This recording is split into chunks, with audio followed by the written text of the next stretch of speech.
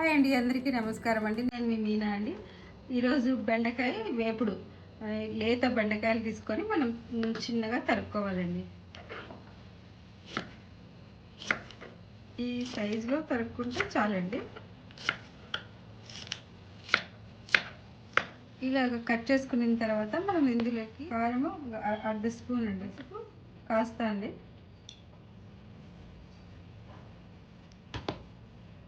ఇవన్నీ వేసి మనం ఇలా కలుపుకోవాలండి. కలుపుకొని ఇది ఒక 10-15 నిమిషాలు మనం దీన్ని అలా పెట్టేసేయాలి. ఇప్పుడు బెండకాయని డీప్ ఫ్రై చేసుకున్నామండి. ముందుగా స్టవ్ వెలిగించుకొని ఇందులో మనం ఆయిల్ వేసుకున్నాము. ఇప్పుడు ఆయిల్ వేడెక్కింది, మనం బెండకాయ వేసుకున్నాము.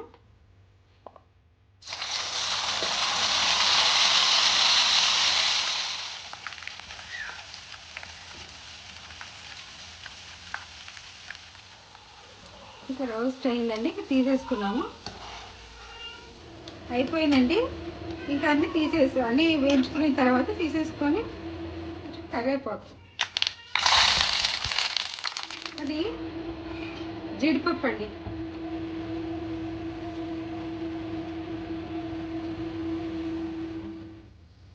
అయిపోయింది. జీడిపప్పు ఇట్లా రోస్ట్ చేసుకొని ఇందులోకి మనము కొబ్బరి పొడి మన ఇంట్లో ఉంటుంది కదండి, ఎండు కొబ్బరి, వట్టిమిరప పొడి, తెల్లవాయి వేసుకున్న పొడి స్టాక్ పెట్టుకుంటాం కదా, ఆ పొడి కొంచెం దీన్ని కలుపుకోవాలండి.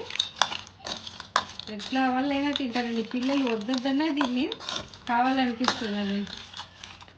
అంతేనండి.